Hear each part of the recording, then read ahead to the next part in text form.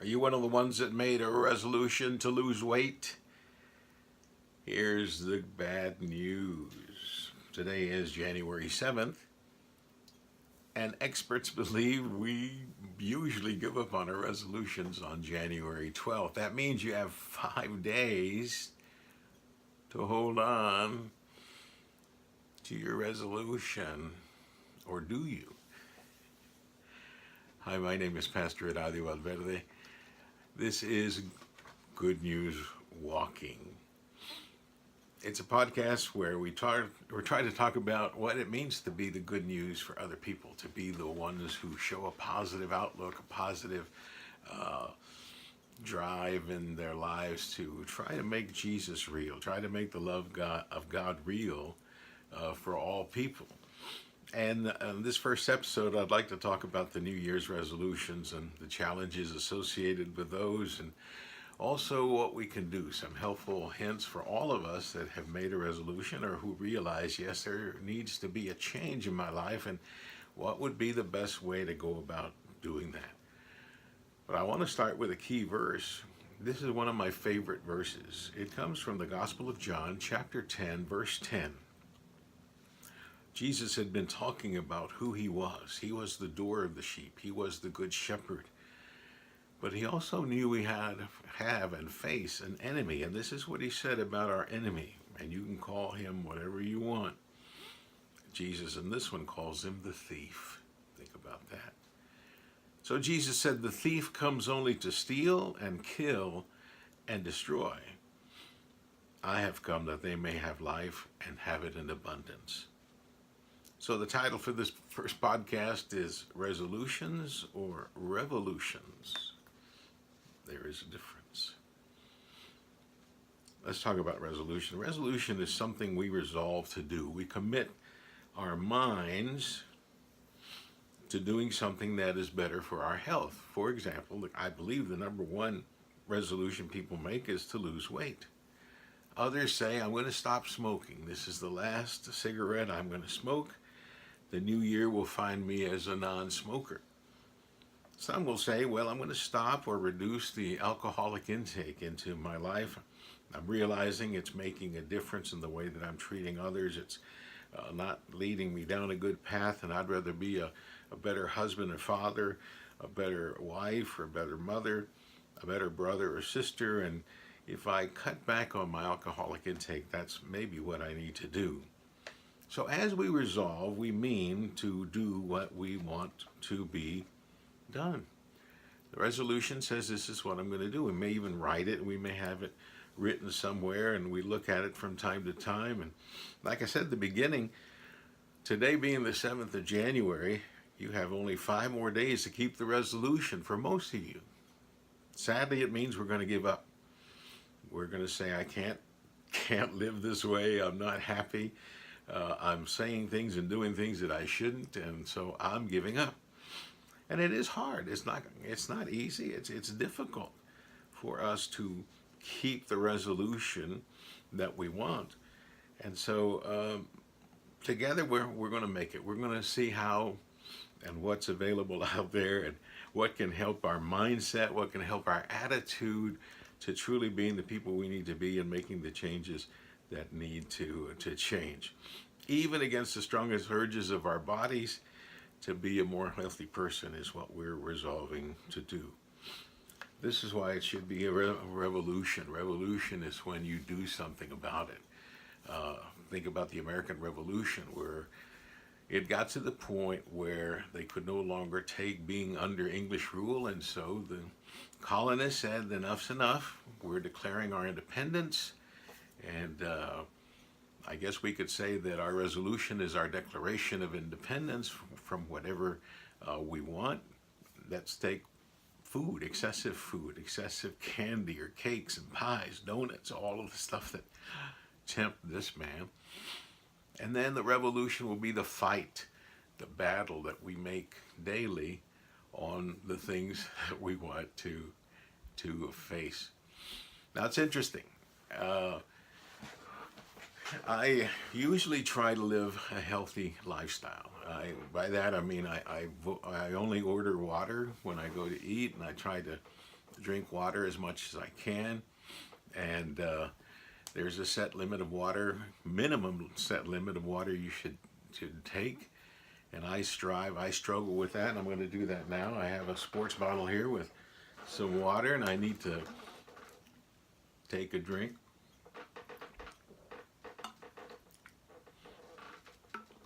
And I've also noticed that by ordering water, you save a lot of money. The prices of other drinks like tea and soda really add to the bill, and so you save money. You're being healthy by drinking water with your meals. But I was thinking about my struggles with this holiday season, and it starts way back in August, late August, when all of a sudden you go to the grocery store, you go to a big department store where they sell, I'm talking like a Walmart or a Target, and there's the aisle already ready for you of candy for Halloween. And you make a mental note, well, I'm going to have to buy some candy to hand out to the kids that may come to our house, and we'll hand it out. And then in the back of my mind, I'm always thinking, if I buy it as soon as I open that big bag of those little M&Ms or little Snickers, I'm going to have to try one. And for some years, I'm able to say, nope, we're just going to wait till the very last minute, buy it, and then open it that night, and then give out as much as we can, and then try to give the rest away to somebody. But it doesn't always happen that way. The thing for me is that a lot of those little candy bars know me by name, and so I can't leave them in that open bag, especially as I walk by, and I succumb to that. I give in to that, and I shouldn't. And that's part of my problem. I love candy, I love sweets, and I always have. And it gets worse because as Halloween comes around, almost immediately your mind shifts to Thanksgiving and how important Thanksgiving is to be with family or loved ones and to have a big feast. And again, right around that time, it's almost like we skip Thanksgiving, Christmas candy comes along. And I'm so good at rationalizing and convincing myself some silly things. My favorite Christmas candy is the little Hershey's Kiss that come in red and green wrappers. And I always tell myself, there's got to be no calories in Christmas, no calories in the red and green Hershey's Kisses. And so I'm going to buy a bag, and that's all. This is going to be the only bag for this holiday season. And I try to eat only red and green, but sometimes I say I'm discriminating against the silver. I'll go ahead and take it. Not a very good example, I'm confessing, and I'm hoping that by confessing, you're confessing as well, saying there needs to be a revolution in my life. We really need to make some drastic changes about how we're living and how we're eating. And if that is your resolution to lose weight, what would be the battle plan to do that? One of the things that I did that I and hardly ever do is to buy the Farmer's Almanac. But I bought it because a dear friend of mine is featured in it. And my friend is Jerry Grody. And his wife had it on Facebook that we should buy this particular issue of the Farmer's Almanac for this year because there is a whole spread on the 1969 Miracle Mets. If you're old enough to remember, that was quite a World Series. I mean, the underdog Mets, they had been associated as the big-time losers, and hardly people gave them a chance. But it was at spring training that one particular individual, that's my friend Jerry Grody, who was the catcher for the Miracle Mets, at spring training started talking it up. We can do it, boys. This is our year. It's possible. And pretty soon that began to take hold in the minds and attitudes of the other teammates. And so they said, we can do it. This could be our year. This could be the year the New York Mets wins the World Series. And they did. And that was 50 years ago. In 2019, we're celebrating the 50th anniversary of the 1969 New York Mets. I had Jerry come down to speak to our men's group at a church I was pastoring, and one of the first guys to show up for that men's breakfast was a church member that walked in with a hat of the Baltimore Orioles, and he said, "I've been waiting for this day." He said, I've been wanting to have an encounter with Jerry about that World Series, and when Jerry showed up, he told him, and it was kind of funny and kind of touching too, because this gentleman had been a boy living in Baltimore and thinking this is the year for the Orioles to win it all, and they won the first game of that World Series, but from then on they lost them all, and the New York Mets became the champions. And he said, I've been waiting since then to tell you that you dashed my hopes for that summer, and I don't know if I can ever forgive you. But he did, and they embraced it, and it was funny. But in this Farmer's Almanac, it's interesting that there are some things to consider as we talk about the resolution to lose weight. And people are talking about, and this is from an article of the trends we're going to see in this coming year, and listen carefully to these because these could help our chances of losing weight. It's almost comical too to think about this. The first one is that there may be nutritionists in restaurants to help patrons choose healthy foods. Now, thinking about this in a comedic way, I could imagine somebody saying, wait a minute there, fat boy, are you sure you should order that double cheeseburger with fries? And so the nutritionist would sit down and say, let me show you the benefits of eating a salad instead of a double cheeseburger. Or you could ask, hi, I'm here to dine. What do you recommend? What would be good for me? I'm on a diet or I'm trying to lose weight, and the nutritionists would help you. The second thing that's in this trend is that commuters will begin bringing cutlery and ingredients to work on creating gourmet lunches at their workplaces. That would be interesting as well. You can think of the time consumption that would take, but if commuters are talking with each other and talking about the needs that they have, especially to lose weight, that would be very helpful as well. The third thing is exercising at grocery stores. That's something to consider. Here in our area, our big grocery store is H-E-B. I can just hear the announcement, customers wishing to lose weight, go to aisle 8. And our coach is there and is going to lead you in calisthenics and some other stretches and sit-ups and push-ups, and you can lose weight in that way. And then the fourth one, this is related to what you can buy now, like a Target, a DNA kit to trace your ancestry.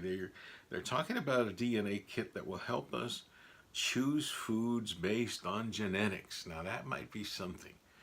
You know, I can see where we'll have to spit into a little vial, mail it off to this company, and they'll send you back probably a profile of your genetic predispositions and saying, okay, this is what you should be eating because, and I believe that's true because of the way you're made, because of the way that your ancestors were, you're going to be on the heavy side if you continue to eat these foods. It's also saying that menus are going meatless. Top-end restaurants used to serve steak and potatoes, but now they have lentil dishes and other plant-based proteins, and that'll be interesting to see how a lot of people, especially here in the South, here in Texas especially, how we will respond to a menu with no meat on it. It says 43% of Canadians plan to eat more plant-based proteins like soya, lentils, and chia seeds because these are growing in popularity there in Canada.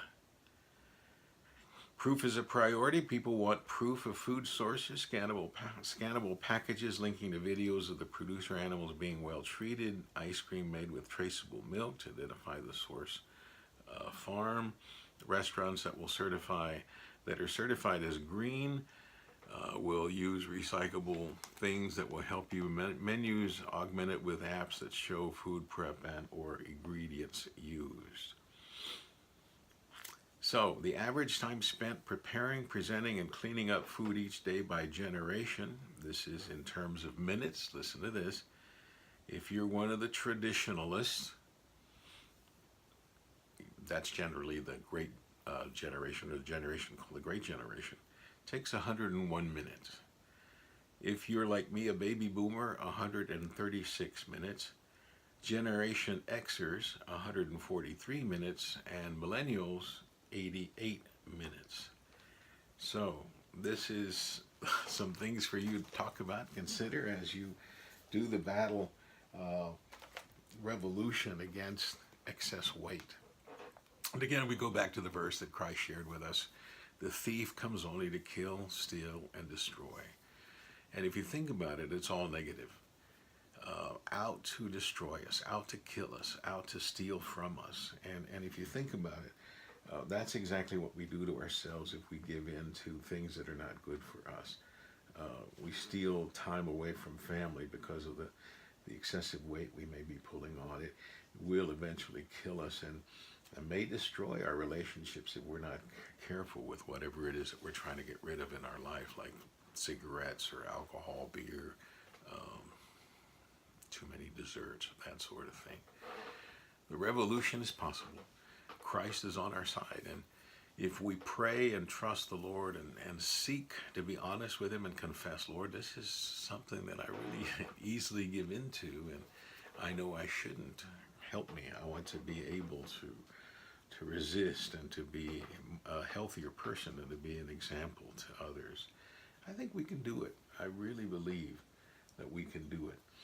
We're part of a revolution in Jesus Christ that will win. We're victorious. If you haven't read all the way to the end of the Bible, I'll give you a spoiler alert. Jesus wins. The devil, the thief, loses. So let's be part of a winning team. Let's be part of that revolution that will win, triumph over evil, that will enjoy life and life in abundance.